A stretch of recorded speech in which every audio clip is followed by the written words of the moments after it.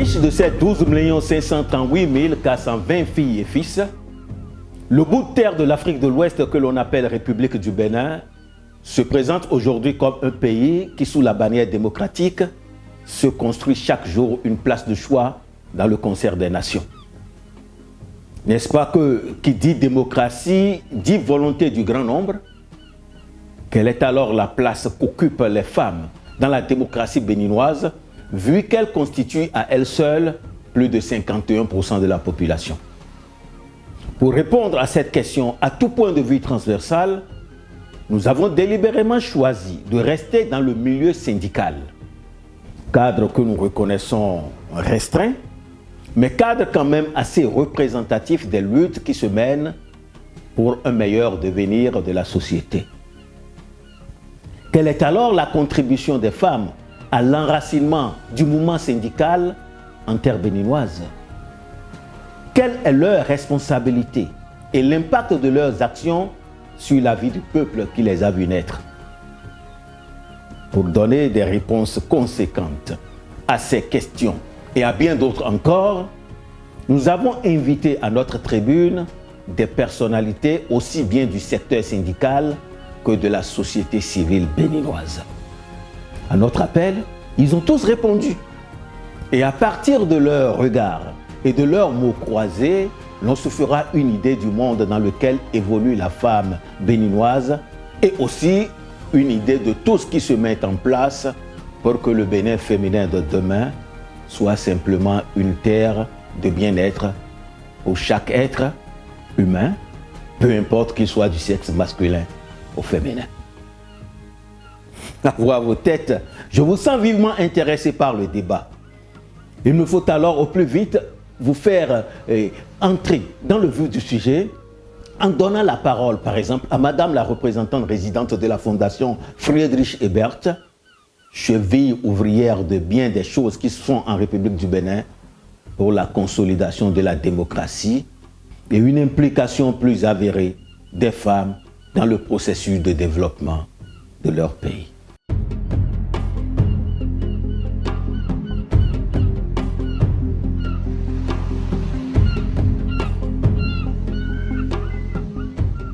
Dans le cadre du travail de la Fondation Friedrich Ebert au Bénin, l'accent est placé de manière générale sur l'amélioration de la représentation et des capacités organisationnelles des groupes syndicaux.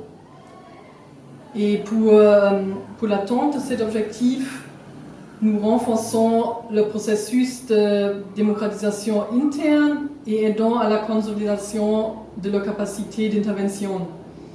Il va sans dire que tout ceci ne peut se faire sans réelle intégration de femmes à ces processus. Et oui, de notre point de vue, et aussi en intime rapport avec les idéaux du Parti social-démocrate d'Allemagne, dont nous sommes une émanation, une société libre, solidaire et prospère offre les mêmes chances de participation économique, sociale et culturelle à tous ses membres. Je voudrais dire aussi bien à ces hommes qu'à ces femmes. Quand il s'agit d'être présent dans les instances supérieures de prise de décision, ces femmes sont peu nombreuses. Plus on monte, moins les femmes sont présentes. Prenez notre Assemblée nationale. Vous avez vu l'effectif des femmes? La présidence de la République. Vous en avez vu? Pour le moment, non. On retrouve vraiment très peu de femmes qui sont militantes. Et leur nombre est encore plus faible lorsqu'on vient dans les instances dirigeantes des syndicats. Donc les bureaux des syndicats, que ce soit à la base ou au niveau des centrales, ces bureaux-là, dans ces bureaux, on a très peu de femmes. En moyenne, on a entre 8% et 28%, disons 30% de femmes qui sont représentées dans les bureaux des syndicats. On pense que le monde syndical est un monde masculin.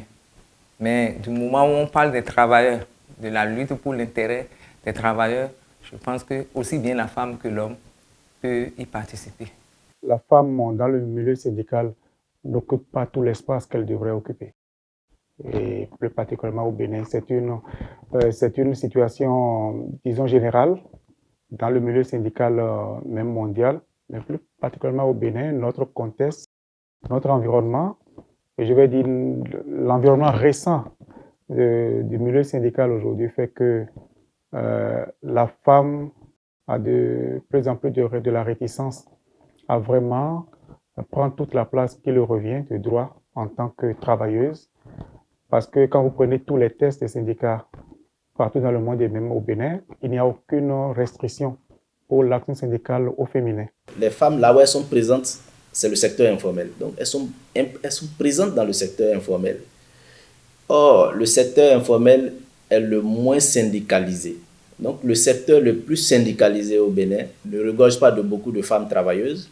En revanche, le secteur où on retrouve le plus de femmes travailleuses est le moins syndicalisé. Donc, cela fait, du coup, qu'on les retrouve très faiblement au sein des syndicats. Les hommes pensent que c'est pour eux le syndicalisme et que la femme doit simplement rester à la maison, s'occuper de la famille, des enfants et autres.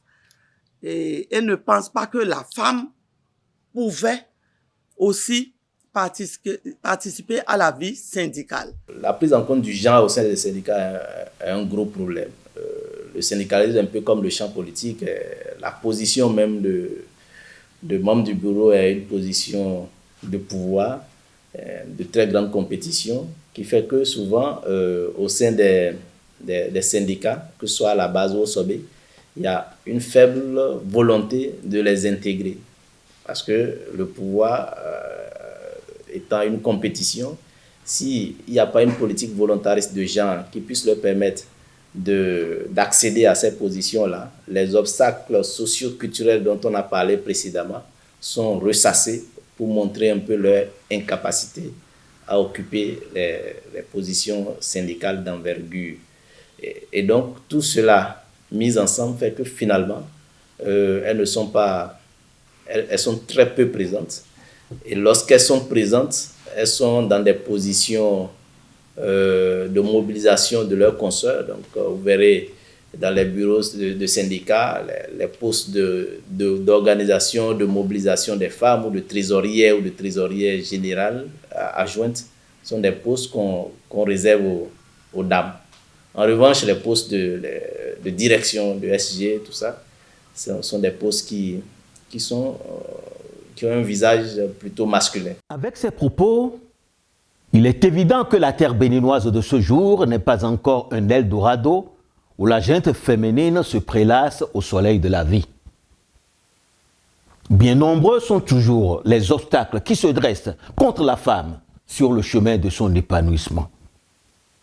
Lorsqu'en compagnie de nos invités, l'on se met à égrener ces mots qui empestent la vie des femmes travailleuses du Bénin, l'on fait vite d'indexer et de dénoncer les préjugés, les pesanteurs socioculturelles, le harcèlement sexuel et même de la part de certains chefs d'entreprise, les calculs d'épicier liés à la spécificité maternelle de la femme. Les responsables d'entreprise qui m'ont dit, écoute, moi, si j'ai une femme si j'ai une secrétaire, je peux me dire que tous les 2 ans, il y a au moins 6 mois de travail qui est en l'air, parce que si c'est une jeune dame qui choisit de faire un enfant, il y aura 4 à 6 mois où elle ne sera pas vraiment productive parce qu'elle est enceinte. Et donc, il y aura congé pré-maternité, congé post-maternité, il y aura les moments où, bon, du fait de son état, elle ne pourra pas être vraiment dans la plénitude de ses capacités à la fois physiques et intellectuelles, et ainsi de suite. On sait déjà que la grossesse n'est pas une maladie, mais toujours est-il que quand on est enceinte et qu'on doit monter, on doit venir dans un boulot et faire le R+2 avant de pouvoir travailler. Une femme enceinte, quand elle fait R+2, elle va se reposer peut-être 1 heure, 2 heures de temps avant de commencer le boulot. Donc ces micro-pertes de temps-là cumulées dans l'année peuvent jouer un peu sur la rentabilité et tout ça. Ça ne se dit pas assez, mais il y a des hommes qui tiennent compte de ça dans les modes de répartition du travail et parfois même dans le recrutement. C'est ça qui fait par exemple que les fonctions de secrétaire sont plus ou moins réservées aux femmes et les fonctions de gardien, on préfère réserver ça aux hommes. Le harcèlement, c'est un comportement qui se manifeste par des gestes, des attouchements, de la violence verbale. Et souvent, c'est fait du supérieur vers le subordonné. Dans tous les milieux professionnels, je crois qu'il y a des femmes qui sont victimes. Ce n'est pas aussi massif, mais il y a quand même des hommes qui, n'arrivant pas à contrôler leur libido, en arrivant à harceler des femmes, parfois même des femmes qui sont au foyer, des femmes qui sont mariées. C'est une fierté pour un homme de voir sa femme ministre, de voir sa femme députée, de voir sa femme présidente de la République. Aujourd'hui, nous avons une femme qui est vice-présidente de la République. Son homme devrait en être fier. Mais combien d'hommes peuvent éprouver cette fierté-là avec leurs femmes qui sont en politique? Il n'y en a pas. Ce qui fait que la plupart des femmes qui émergent en politique, c'est les femmes qui sont divorcées, qui n'ont pas de mari. Donc, elles ne constituent pas un exemple pour leurs semblables. Donc, elles se disent, et ils finissent à un doigt soir. Alors, même un doigt sous l'air, ouais, non, il finit.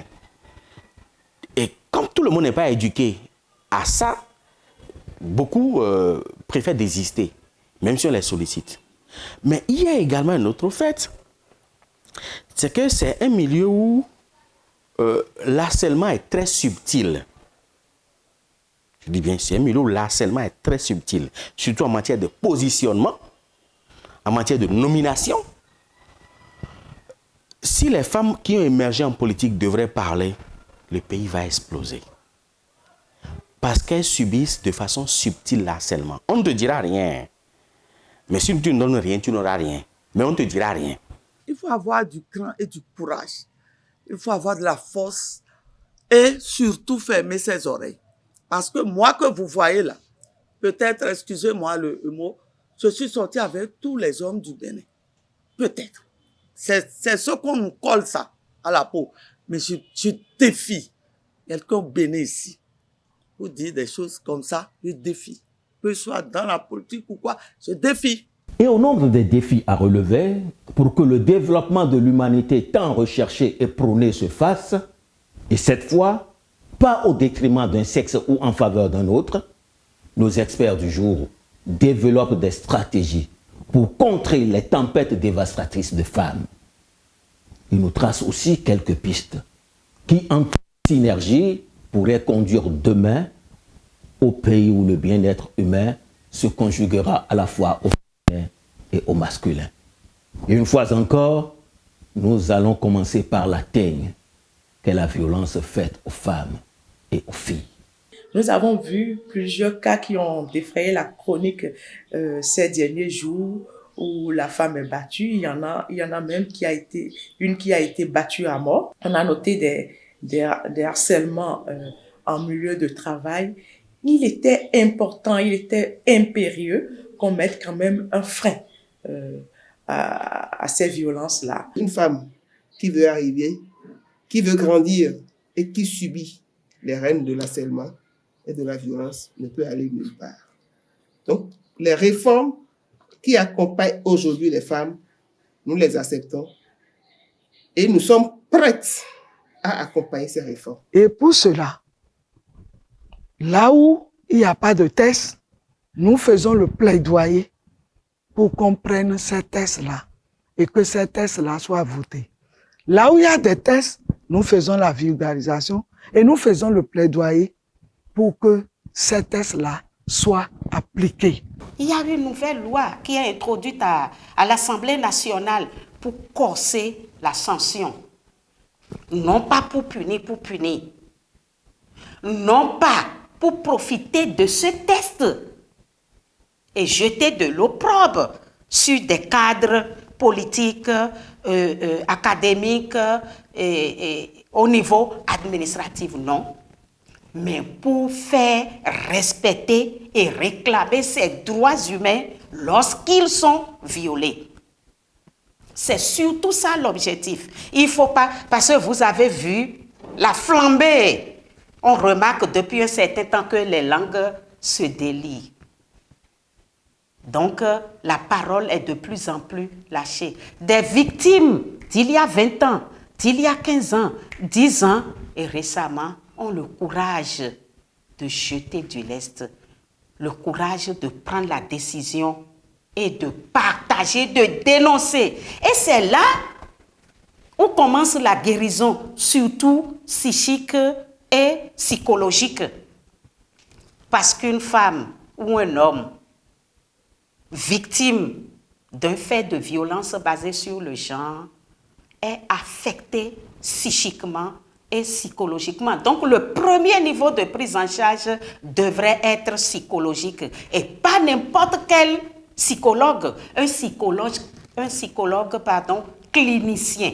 Je pense qu'il faut penser à mettre un accent sur la formation qui pourrait aider les femmes à acquérir des compétences cognitives nécessaires à leur épanouissement, à leur éclosion, à renforcer les capacités de ces femmes-là pour en faire des leaders accomplis et pouvoir les aider à avoir plus confiance en elles. On peut également favoriser l'obtention des bourses pour les femmes, puisque aujourd'hui nous n'avons quasiment pas d'experts féminins au niveau de la bourse du travail. On peut favoriser l'obtention des bourses à ces femmes-là qui peuvent aller apprendre une branche choisie et entrer avec le syndicat et revenir au Bénin et mettre ça au profit, cette expertise au profit de leur centrale syndicale. Nous faisons par exemple la sensibilisation sur les violences, la loi 2011. Même dans les milieux d'apprentissage, nous travaillons à la formation, au renforcement des capacités des patrons, des jeunes filles apprenties, pour qu'elles ne soient plus violentées dans ce milieu-là, pour rendre l'environnement-là accessible à ces filles-là, pour qu'il n'y ait pas abandon. Au niveau de l'éducation, nous travaillons aussi au maintien des filles à l'école. Parce que vous n'êtes pas sans savoir que nos États se battent avec les partenaires pour que toutes les filles et tous les garçons aillent à l'école. Et c'est pourquoi nous avons l'obligation d'accompagner ces femmes tapies dans l'ombre dans nos communautés à la base pour faire un zoom sur elles, leur visibilité, en leur donnant des outils techniques nécessaires. L'alphabétisation fonctionnelle, couplée avec le français fondamental.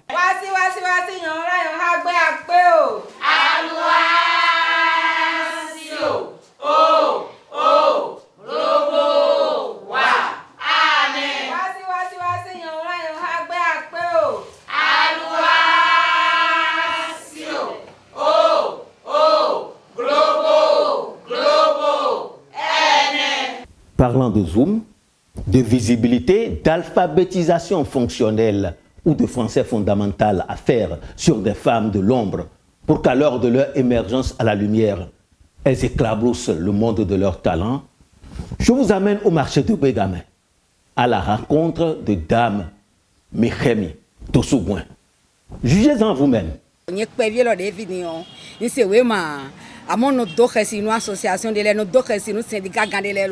Vous de travail frère no die bon fi ne fi trolo dion on se ma chonu réunion de bu mi ayo vole wa kanda ko da ko de le se won do do mi blo réunion bonu yi play ne wonu ya so nga kanda ko je no do ahiga yin ro fi dion ahi vichele play bo kun bro je me lo yin yo jijo ba higa mi ton de no ahyo nda yo ku trolo ahi vichele do gisi mi ro je ni so yin bon la christian sin po ji lo egbe.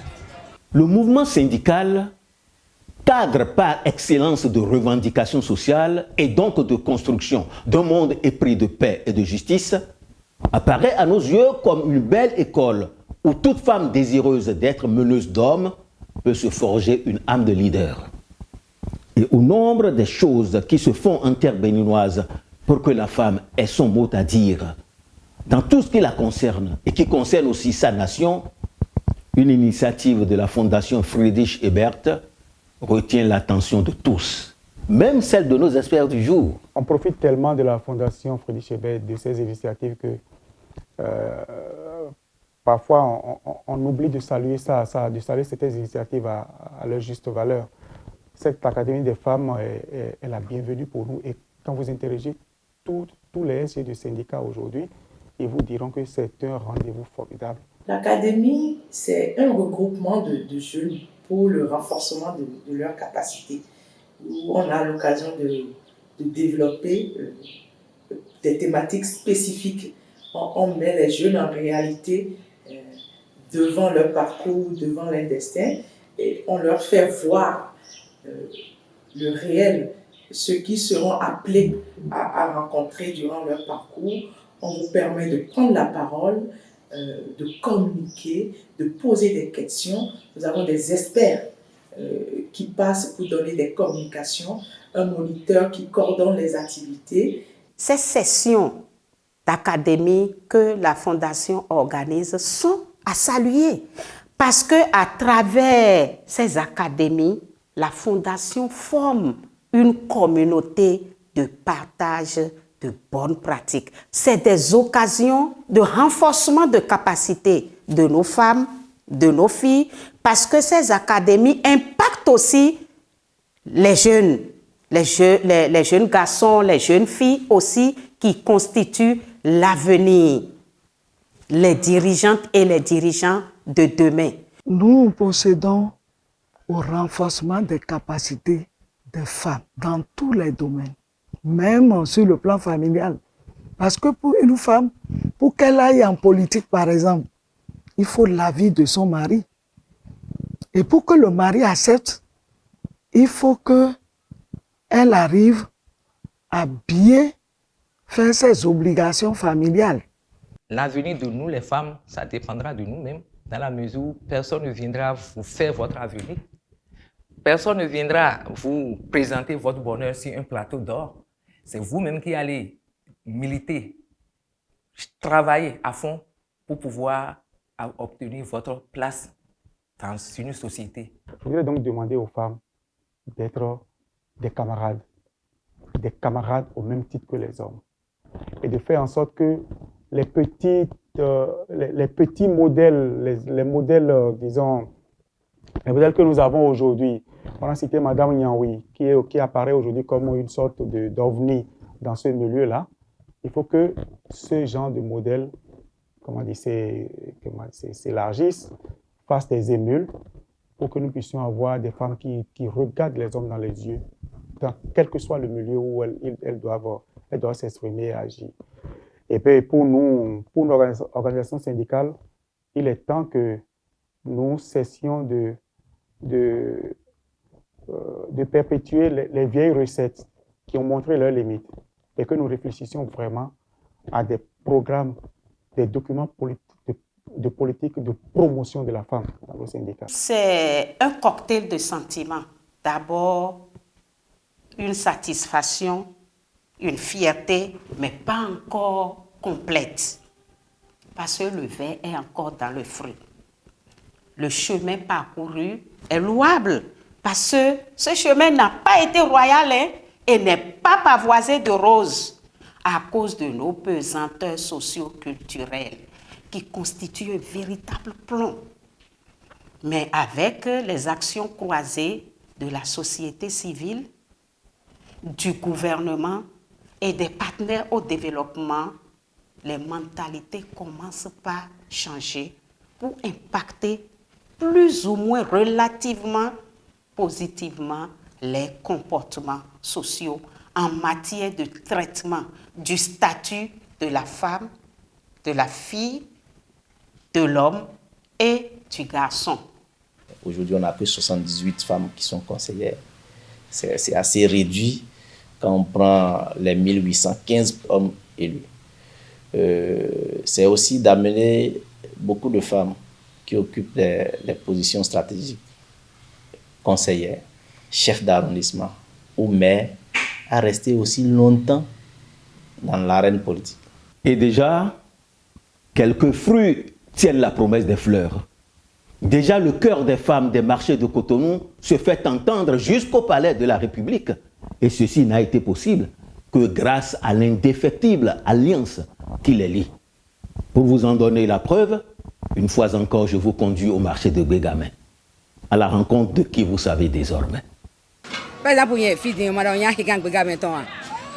Il y a des cadres qui ont été et il y a des gens qui ont été et des gens qui ont été et il y a des gens qui ont été et il y a des gens qui on va dire haton boy la higale bi sese o mi pe bonde khoton be yigbe wo ko pe nka ya zo me ko a bonje no to ji boje to yi ka bo nche ma tire chanji kaka bo chan ma tire bi sese troro je nu ko association we mblo boyo ma ton bi bo iwa yo mi lo kozi bro jere association kangale kan chite meli kan chite na era kan gba de mi na se syndicat c'est bon de syndicat et qu'on gba o bon et comme comme lo dans yo mlele ko agudo bo la to tro ha bo la ze syndicat c'est bodo association o bon mi lo yiwe lo egbe o association mi ton egbon ahile mi do biro gun ahile bi me ko debuwa mo kejen we e to ga mi ton lo friend yan wa to ga je si je ka parti talon nyeme yun bo mi pe chenu kon nyeme nyon mbodo ahi honi yodi bele hatu mbo etun botumi chede mi pe mi otulo kodugo e mo mi tro etu mi do yonche ade asan atom me won khoto ede bo ame we ma to ede asiri mi ko ka bi go me zande dia ase wonche e mi do ahi honi yo bo mi kanu ko ton ka bo ple hen wa madanu konton de mi ple ha meje ka ba résoudre zin. Nous pensons qu'en nouant des alliances stratégiques entre divers groupes, on atteindra plus facilement et sûrement les objectifs vitaux que sont, entre autres, la mutualisation des énergies sur des questions telles que la lutte contre le harcèlement sexuel, les violences basées sur le genre ou l'économie informelle et la protection sociale universelle, par exemple. Et ces alliances peuvent nous aider et surtout aider nos partenaires traditionnels à élargir leurs perspectives, à nouer des partenariats stratégiques et à travailler ensemble sur des alternatives au modèle socio-économique actuel qui de toute évidence sont déséquilibrés et excluent la majorité de la population. Quand nous aurons réussi à faire de l'autonomisation et de la participation des femmes une réalité tangible, il est sûr que cela profitera à tous, et je voudrais dire aussi bien aux femmes qu'aux hommes. Terre d'Amazon, terre de bien d'autres emblématiques figures de femmes. Le Bénin féminin d'aujourd'hui se doit de tisser au bout de l'ancienne corde. Cette corde-là même héritée des reines Rangbe et de la reine mère Nyankogi, la toute nouvelle corde de fierté, de respect et d'avenir prometteur pour la femme béninoise de demain. Au Bénin de demain, les jours seront temps d'épanouissement de la femme ou ils ne le seront pas. Au Bénin de demain, les jours seront temps de chant. Hommes et femmes, la main dans la main, fredonneront en chœur la joie de vivre et de construire ensemble leur terre commune, la République du Bénin. Ainsi sera-t-il pour que notre devise fraternité, justice et travail ne soit jamais une vaine incantation et qu'il fasse vraiment beau demain pour tous